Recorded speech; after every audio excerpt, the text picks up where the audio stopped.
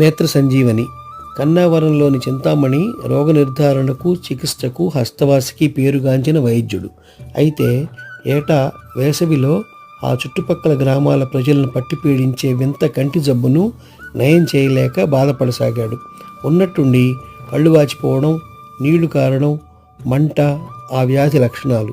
కొందరికైతే ఆ జబ్బు కారణంగా చూపు మందగించడం కూడా జరిగేది. ఆ వ్యాధికి సరైన వైద్యం విధానం తెలిసి కూడా దానికి సంబంధించిన నేత్ర సంజీవని మూలిక లభ్యం కాకపోవడం వల్ల ఆయన చికిత్స చేయలేకపోతున్నాడు. ఆ మూలిక కన్నావరానికి దక్షిణంగా కొద్ది దూరంలో ఉన్న చంద్రావళి కొండ దిగువ ఉందని ఆయనకు తెలుసు. అయితే నరభక్షకులైన రాక్షస దంపతులు ఇటీవల అక్కడ చేరడం వల్ల ఎవరూ ఆ దరిదాపులకు వెళ్ళడానికి సాహసించలేకపోతున్నారు. ఇలా ఉండగా చింతామణి వద్ద కొత్తగా శిష్యుడిగా చేరిన విజయచంద్రుడనే యువకుడికి ఆ మూలికను ఎలాగైనా సంపాదించాలనే బుద్ధి పుట్టింది.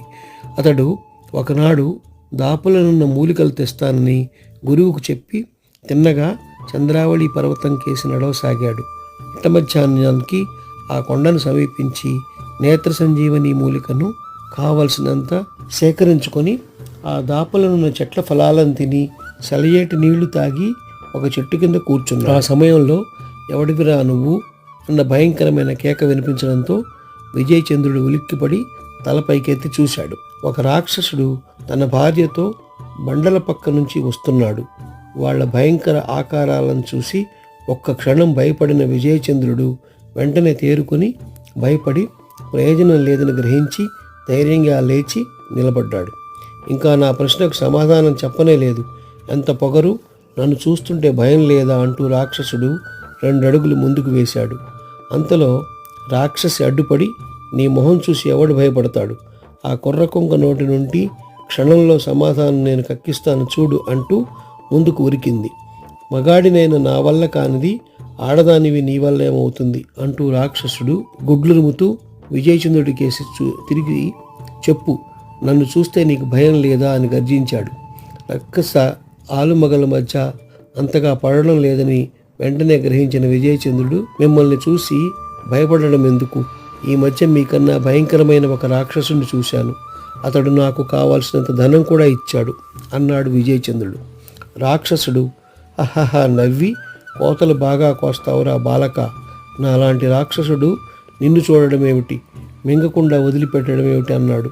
అతడికి నా సలహా కావాల్సి వచ్చింది, అందుకే నాతో స్నేహం చేశాడు అన్నాడు విజయచంద్రుడు. రాక్షసుడికి నీ సలహా కావాల్సి వచ్చిందా, ఆశ్చర్యంగా ఉందే, ఏమిటా సలహా అని అడిగాడు రాక్షసుడు. అలా అడుగు, చెబుతాను.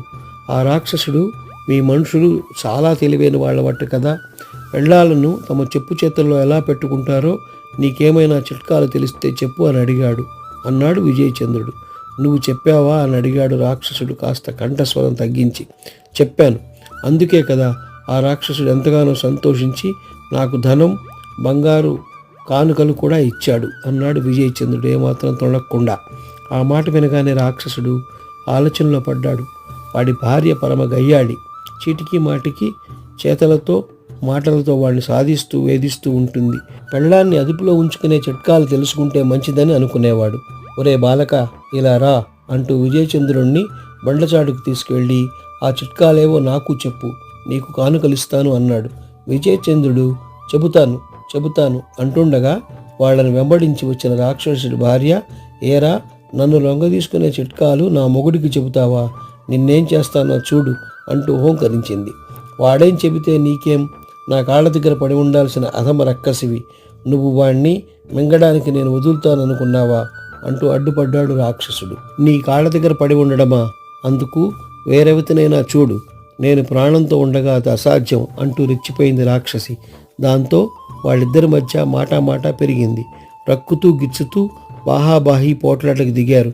వాళ్ళిద్దరూ ఒకరినొకరు కొట్టుకుంటూ తిట్టుకుంటూ ఉంటే విజయచంద్రుడు గుట్టు చప్పుడు కాకుండా మూలికలతో అక్కడి నుంచి తప్పించుకున్నాడు. సాయంకాలానికి నేత్ర సంజీవని మూలికలతో తిరిగి వచ్చిన శిష్యుణ్ణి చూసి చింతామణి ఎంతగానో సంతోషించాడు. ధైర్యం ఉంటేనే తెలివితేటలు ఉపయోగపడగలవని చక్కగా నిరూపించావు నాయనా, నీ సమయస్ఫూర్తి బహుదా ప్రశంసనీయం. నీపాటి ధైర్యం లేకే ఇన్నాళ్ళు ఆ మూలికను సంపాదించలేకపోయాను. నీ ఉపకార బుద్ధి వల్ల ఇక్కడి ప్రజలకు కళ్ళజబ్బులు తప్పక తొలగిపోగలవు. ఆయుష్మాన్ భవ అంటూ ఆయన శిష్యుణ్ణి దీవించాడు.